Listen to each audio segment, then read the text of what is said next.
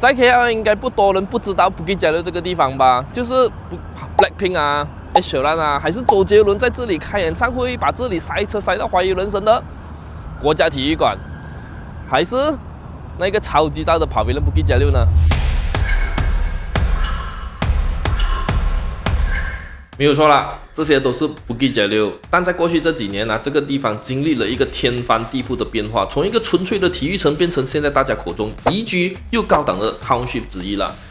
但是它真的有这样好吗？还是纯粹只是 hype 罢了呢？现在上车会不会太迟？今天这一支影片呢，我将分析 Bukit Jalil 的宜居性，还有房地产市场的行情。我会从两个角度来拆解这一个地方。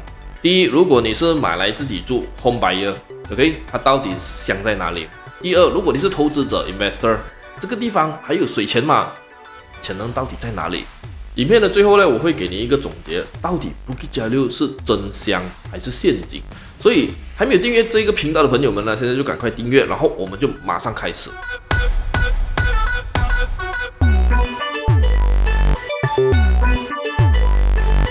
但在我们深入分析现在之前，我觉得我们必须先了解一下它的过去。Bukit Jalil 不是天生是这样子的啊，可能很多人不知道，在90年代初啊，这里还是一大片的橡胶园，叫 Ladang Bukit Jalil。直到1992年，马来西亚成功申办了1998年的 Commonwealth Game 共和联邦运动会，所以这个时候政府就需要一个世界级别的体育中心，于是 Bukit Jalil 这个地方就被选中了。在短短的几年内，奇迹发生了。我们现在看到的 LRT Sri Petaling Line、Shah Alam Highway， 也就是 Kesas Highway， 还有那一个标志性的国家体育馆 National Stadium， 几乎所有的大动脉都是为了那一场的运动会而催生出来的。所以 Bukit Jalil 的底子，它的 DNA 从一开始就是国际规格的，这是它第一个引爆点。当运动会办完了过后呢，这里是沉静了一阵子啦，慢慢的发展，一直到第二个引爆点的出现，也就是等一下我们会深入讨论的 Pavilion Bukit Jalil。这个 Mega Mall 彻底把它从一个体育城变成一个生活城了。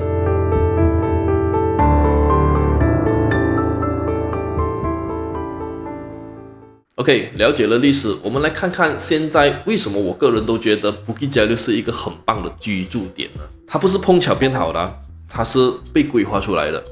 我在这支影片里面总结了几个重点。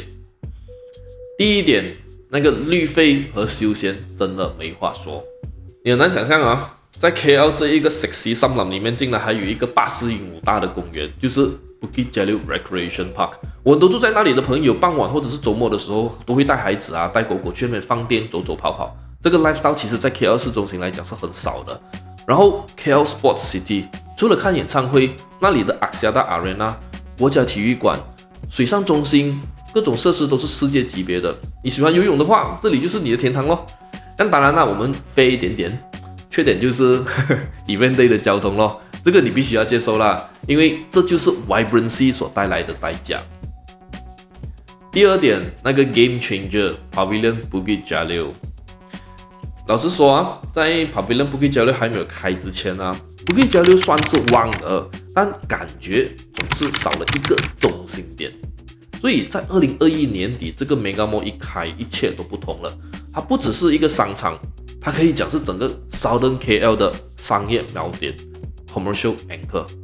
180万 square feet 的 net lettable area， 净出租面积500多家店，它直接把整个 Bukit Jalil 的档次还有便利性拉高了至少2个 level 诶！你住在这里，生活所需，吃的、喝的、买的、看的，全部走路或者是开车近距离内就能够解决。我讲的是围绕着这个 Pavilion Bukit Jalil 这个中心点啊。这个 Pavilion Bukit Jalil 其实对我来讲，它就是一个很 neighborhood 的 mall 来的咯，因为它就是很 family oriented 的。它到了 weekend 的时候啊，就是人山人海的这一边。今天的拍摄时间是在 weekday 啦，所以就看到比较安静一点，比较寂寞一点。但是相信我，你到了周末的时候你来的话啦，很多人，因为这边除了有 supermarket， 然后有很多的餐厅，很多的这一个零售店。然后还有 TGV 第一家的 IMAX Theater 了 ，OK， 是 TGV 的啊 ，GSC 早都有了，我知道，但是那个 TGV 的是第一个在这边，所以这边它的室内面积啊是180万方尺啊，所以不是垄断辉明的这一个 mall。所以也就是因为这样子，它吸引了不只是Bukit Jalil的居民，它还有吸引到来自四周围的人口，比如说 Kinrara、Puchong 啊、Seri Petaling 啊、莲花啊，这些居民他们都是会来，甚至好像我住在 Cheras 的，我也是会来因为很不错啊，很好逛啊，这边又大，然后很舒服啦，这整个 mall，OK 但是看得出有一样东西的呢，就是它这边的消费水平就确实会比较高的，所以也就是因为这样子我会认为住在Bukit Jalil里面的人啊，他们的收入水平、他们的消费水平也是会比别人来的比较高，这个是我想要带出的信息啦。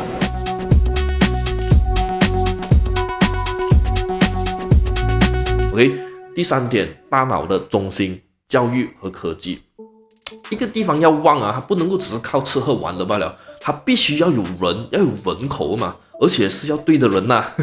Bukit Jalil有非常完善的教育走廊，有 IMU、APU 各种本地中小学，还有慈济国际学校嘞。这意味着什么呢？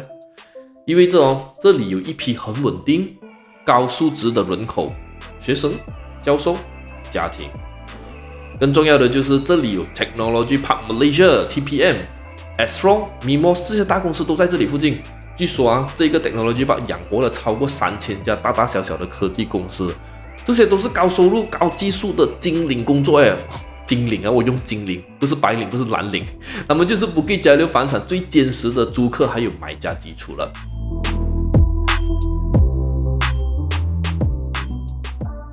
OK， 讲到这里呢，我们就来看看这里有什么楼盘是值得被关注的啦。我们先看最 hot 的区域，也就是 Pavilion Bukit Jalil 的心脏区啦。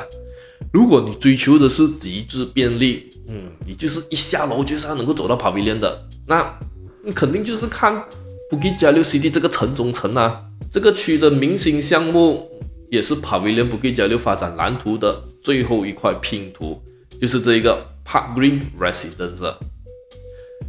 它的卖点非常直接，非常 straightforward。第一，它就在 Pavilion 隔壁咯，还有专属的行人天桥走过去。第二，它的另一边就是对着那一个80英亩的 Bukit Jalil 公园，它的 view 是永久的。我看过它的资料，户型是从1200多 square feet 起跳，主打家庭客，这个就是 A list 的选择啊，当然价格也是 A list 啦。OK， Vincent， 我想要靠近 Pavilion， 但又不想要给 Pavilion 的 premium。还有别的选择吗？你往 Pavilion Bukit Jalil 的后面看，大概1公里的步行距离有一个项目叫做 The Queenswood。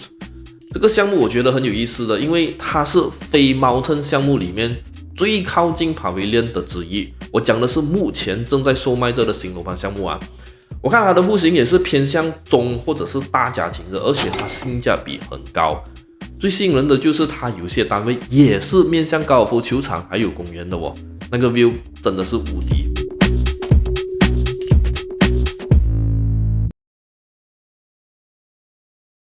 好，我们已经聊了心脏区，但是不是每个人都喜欢住在 Mega Mall 的隔壁的嘛，对不对？有些人就会讲Vincent， 我想要Bukit Jalil的地址还有便利，但是晚上睡觉我要安静啊，这样我们就把我们的目光移开一点点我们现在就来看这个在 LTAT 那一带的，它在 Bukit Jalil 另一边的地势也比较高，比较安静的。这里有一个项目呢，我觉得非常适合年轻人、首购族，它是叫做 Ren Residence 像它的特点呢，不是在繁忙的商圈正中央，所以环境相对来讲也比较单纯安静，也因为这样，它被认为是整个 Bukit Jalil 性价比最高，也是最入门的新项目之一。你可以用一个比较入门的价格买到Bukit Jalil的 lifestyle 和有地址，我觉得这一个盘呢是年轻人可以考虑的啦。这样如果安静还有性价比不够，你还想要的是度假 feel 呢？这样你就再往外面看一点靠近 Alam Sutera 那一带有一个 freehold 的项目叫做 Ayana， 它的 concept 很清楚，很 straightforward。就是 Resort Residences， in fact 它的名字也是这样写的。OK， 你一进去到那个环境就好像去到上面雷棍旁边那个 resort 一样，开玩笑的讲OK， 它主打的就是大户型呢，是从1155方尺起跳到2000多方尺都有的。这个项目就不是卖你走路到Pavilion了它是卖你空间感、舒适度，给那些想要给家人一个舒服、安静、像度假屋一样环境的买家。它比较远，但是它用空间还有 concept 来补偿你咯。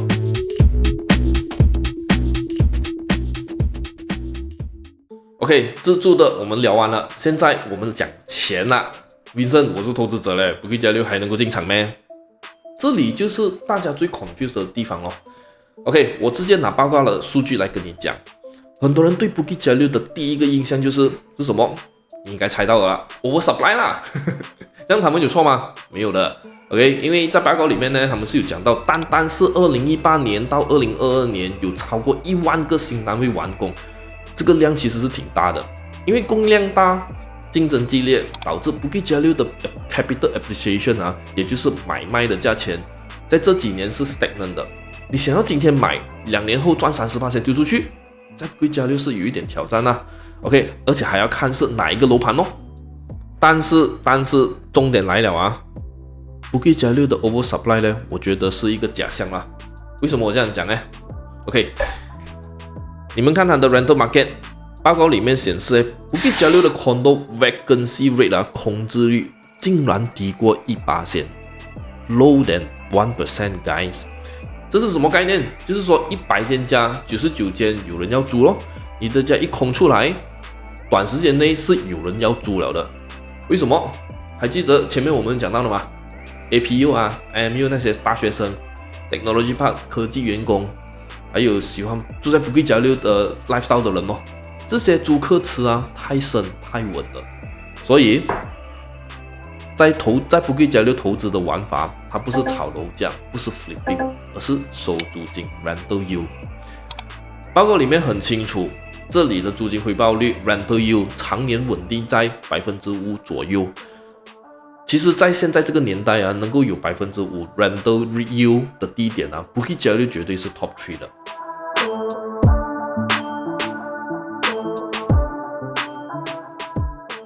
OK， 你知道了，现在的玩法是收租吗？但一个地方的租金要起它就是需要有更高的价值的租客。所以 Bukit Jalil 的下半场，我觉得现在才要刚开始因为接下来呢会有几个 mega projects 很难得，它会彻底改变 Bukit Jalil 的经济面貌。第一个就是 Technology Park Malaysia 要扩建，第二 Bukit Jalil Central。一个超大型的商业中心，讲真的，这个也是我本身很期待的啦。但是最重要的就是这一个啦 ，KL Wellness City。这个不是一间医院罢了它是一个医疗城，它的目标是做 medical tourism， 吸引全世界的人来这里看病做疗养。当这个医疗城起来了过后，你觉得谁会是那里的租客呢？医生、护士、医疗专家、看护，还有那些来做短期治疗的高净值外国病人，还有他们的家属，这些就是更高价值的租客来源了。说不定他们会把 Bukit Jalil 的租金天花板再往上推。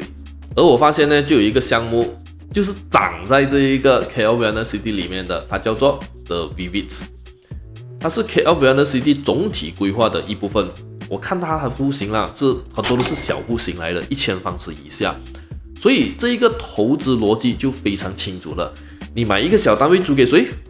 就是这些在医疗城上班的专业人士或者是短期来这里看病的家属们所以这是一个非常精准的投资。你不是在赌Bukit Jalil的未来你是在买它已经规划好的未来。